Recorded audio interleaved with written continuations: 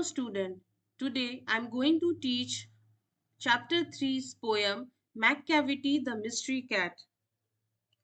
Before starting, I want to give you a small introduction about McCavity.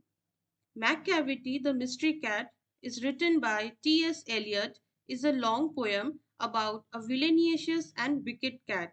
The poem describes how he manages to commit all types of crime and always escape from being caught. He breaks all the laws, yet the police fail to catch him. He also have some companions who helped him in crime.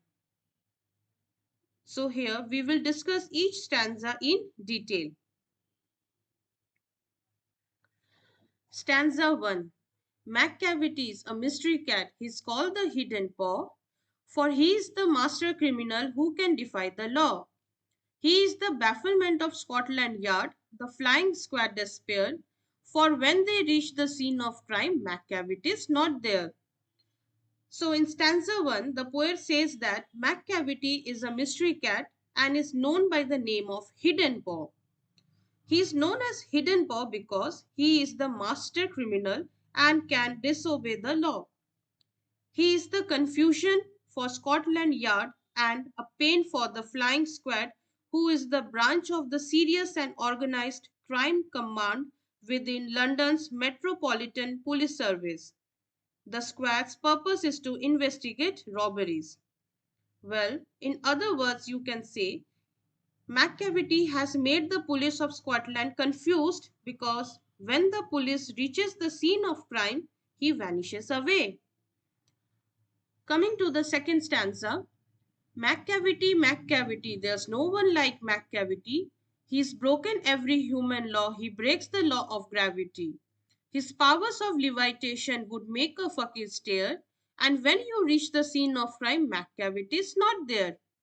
You may seek him in the basement, you may look up in the air, but I tell you once and once again, McCavity is not there. So in stanza 2, the poet repeats the word McCavity and it suggests that police are searching for him everywhere. And according to the poet, there is no one like McCavity as he has broken every human law as well as the law of gravity. McCavity's vanishing power of vanishing can make a fakir who is a religious man make him surprise. After committing a crime, he vanishes away. So, when anybody reaches the scene of the crime, he will not be able to find him, though he may search him on the ground or in the air. So, the poet tells them again that he is not there and it is useless to search for him. Coming to the next stanza, McCavity is a ginger cat. He is very tall and thin.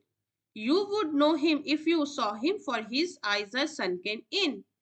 His brow is deeply lined with thought, his head is highly doomed. His coat is dusty for neglect, his whiskers are uncombed.